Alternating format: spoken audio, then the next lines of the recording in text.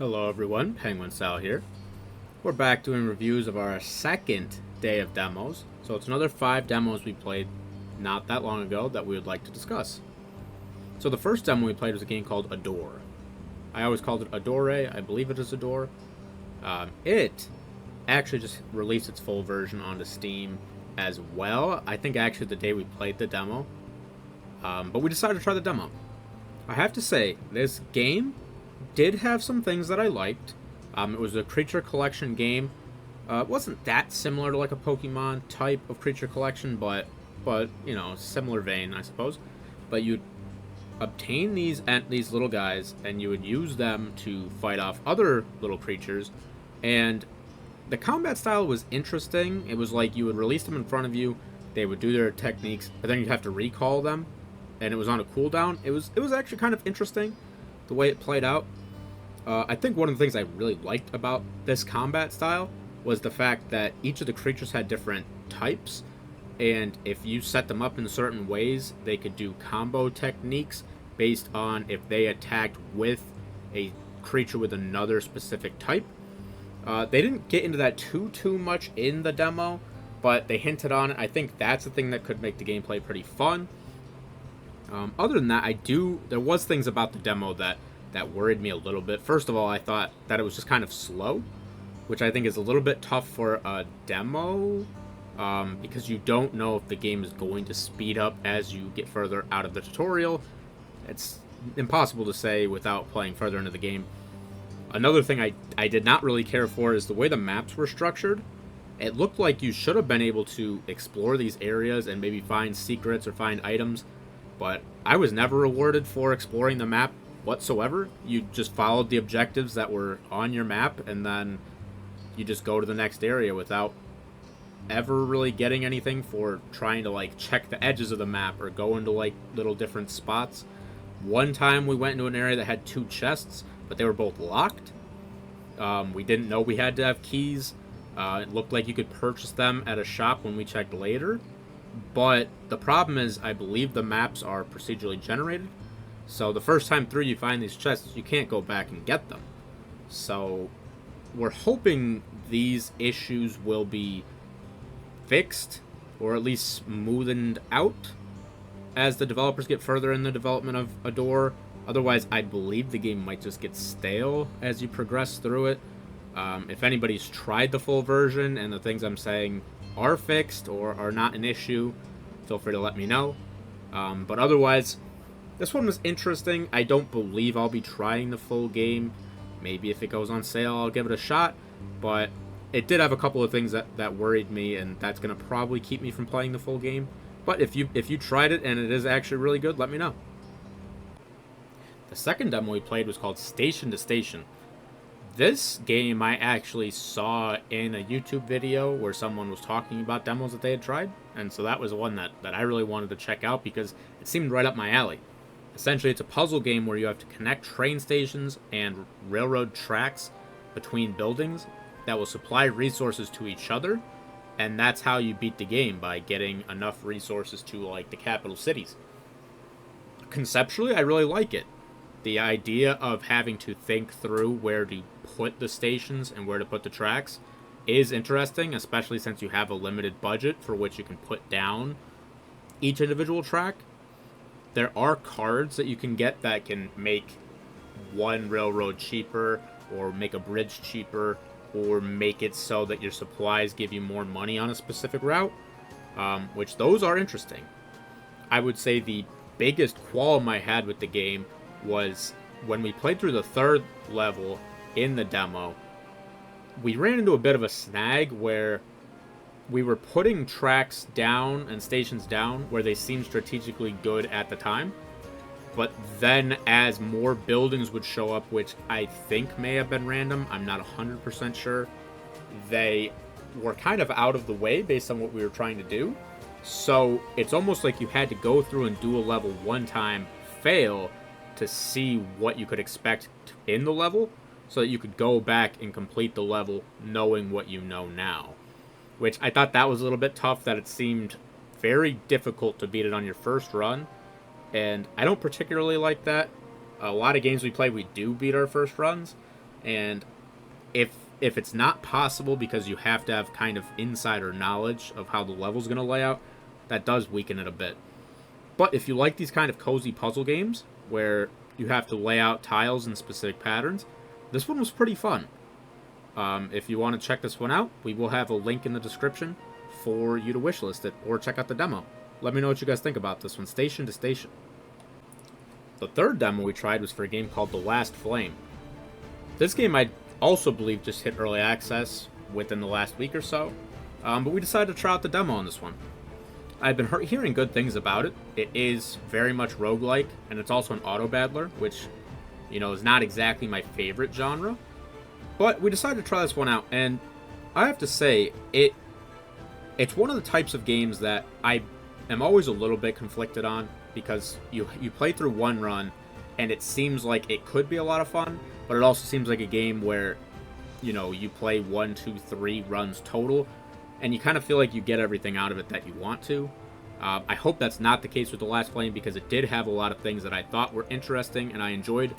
It seemed like they had quite a bit of different champions that you could put, because you'd have a team of 5 champions out that you'd place on a map, and then the combat would be auto-battling.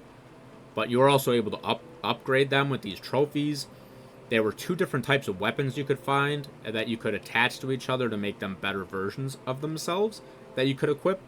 So we actually kind of steamrolled through our first run of this game, and I liked the champions and their different effects. There was a lot of synergies, I thought, especially with shields and healing, and there was some things you could do with crits. So I thought there was actually a lot of fun to be had in The Last Flame. This is a game that I'm interested in trying out the full version, potentially, because I did think there was potentially enough variety in the champions and the weapons and their different moves that they could learn that could keep it fresh for a little while. I don't know how much uniqueness there was in the combat itself, since it was an auto-battler. You kind of put your guys down on the map and they would attack who they wanted to.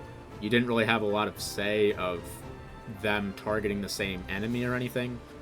But I thought this one did have quite a bit of champions and techniques and items that could keep it fresh for a little while longer than these games normally do, in my opinion. So let me know if you guys check out the Last Flame demo or even the full version, and let me know if you get a lot of hours and a lot of runs out of this game or not. I'd be curious to know. The next demo we tried was a game called Outlanders. This is a cozy type game. It's kind of a civilization builder. You can assign people tasks to harvest food or chop down trees or build the different buildings. It did seem, because it was a demo, that a lot of the functions may have been a bit limited in the types of buildings and resources that you could obtain. But essentially for the demo, you were trying to get enough logs that you could turn into planks so you could build a pirate ship to get off of the island that your people have been stranded on. I thought it was pretty fun. It definitely was relaxing in the sense of it wasn't very intense. You could kind of go at your own pace. And I think it did have some nice things about it. Like I said, the demo was a little bit lacking in its features. The full version might, I would assume, would kind of fix this issue. But if you like these types of cozy games that you can kind of go at your own pace and let your people kind of manage themselves almost, this was a good one. I don't know if I'll go back and try the full version of this. It's another one where I kind of feel like we got out of it what we wanted to. I liked the fact that as time passed, you could get more villagers by them having kids and then them aging. Otherwise, it was hard to get more workers, so you were kind of limited in the amount of people you could assign to harvest food or chop down trees or build, which slowed it down a little bit. But I do think this game does exactly what it wants to be, and the demo kind of showed that off. Like I said, I probably won't be trying out the full version of this, but if you like this type of game, I think it would be right up your alley. Let me know if you guys have tried this Outlanders and what you guys thought of it. The last demo that we're going to discuss today was called Nine Sols. I'm a big fan of Metroidvania types, although they're not my best game skill-wise. I do struggle with them a little bit. But I thought Nine Sols was pretty cool. It seemed to have a unique story. that centered around like these guardian spirits that were overseeing the land, and then they were being worshipped by the people. Um, the little cat guy that you play as seems to have some pretty cool abilities, and the combat seems relatively crisp, actually.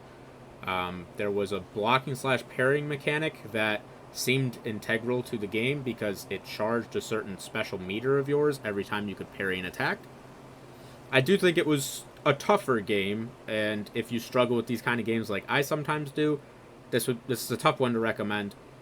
But the story seems gritty and interesting, so I believe that's a reason to check it out. And from the little bit of the first act that you get to play in the demo, I do think the gameplay is pretty solid.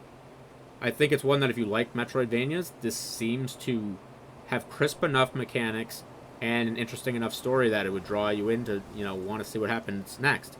This one was called Nine Sols. I really liked the art style of this one as well.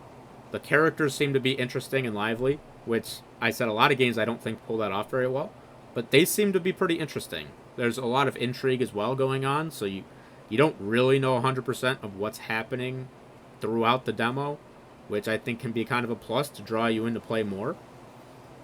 I would recommend Nine Sols, especially if you like Metroidvanias. I think this one hits everything you'd be looking for in one. If you guys try out Nine Sols and you like it or don't, feel free to let me know in the comments. So those were the 5 games that we played for this video. I hope you guys enjoy them and maybe we'll give them a chance. There are links for each of them on their Steam pages down in the description if you want to wishlist them or try the demos. If you liked seeing what I had to say about these, feel free to give the video a like. Comment down below and tell me if there's demos that you've been playing on Steam that you'd like me to try out. I have downloaded a lot of demos recently and we've been playing a ton, and I'd love to keep seeing more games that you might not otherwise get to see. That's one of the things I like showcasing to you guys too, is a lot of you might not have seen a lot of these demo games before. So let me know if there's any demos you played that you want me to try to check out. Lastly, if you haven't subscribed to the channel and you'd like to do so, it would help us grow, and we'd be able to continue putting out content like this, which I feel like people have been enjoying and I've been enjoying making. So I appreciate you guys watching this. If you have any extra thoughts, feel free to comment down below, or you can reach me at any of my social media channels. I appreciate you guys watching this, and I'll see you next time.